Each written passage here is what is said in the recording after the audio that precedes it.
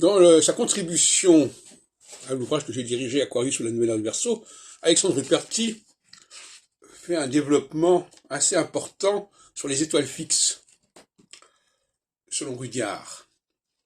Et je vous invite à en prendre connaissance, 79. Et je crois qu'effectivement, il y a quelque chose à chercher dans cette direction.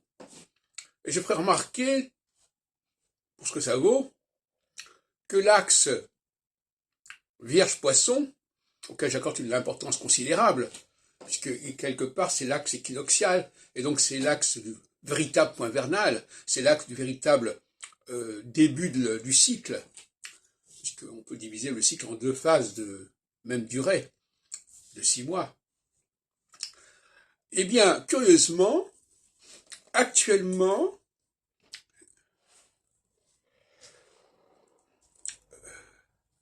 les étoiles Fomalhaut et Régulus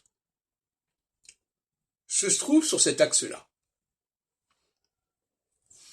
Fomalhaut se trouve autour de 0 degré Poisson, et Régulus autour de 0 degré à 1 degré du Lion, de la Vierge.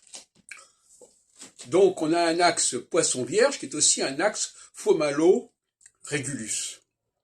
Et vous savez que Régulus, justement, est étudié très sérieusement par Rudyard, au niveau de la précision des équinoxes, etc.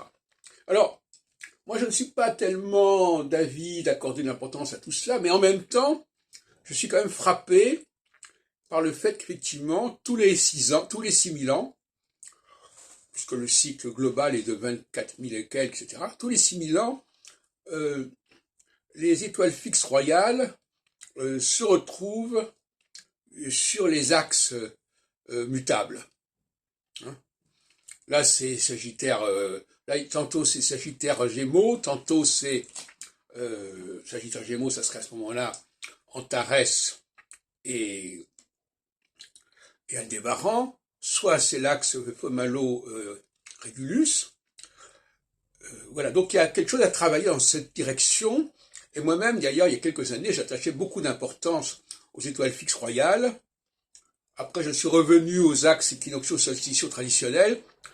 Et maintenant, je reviens vers les mutables. Donc il y a tout un débat autour de savoir si la structure du zodiaque doit être axée, articulée sur l'axe des mutables, sur la croix des mutables ou sur la croix cardinale. Voilà, c'est un débat qui n'est pas fini.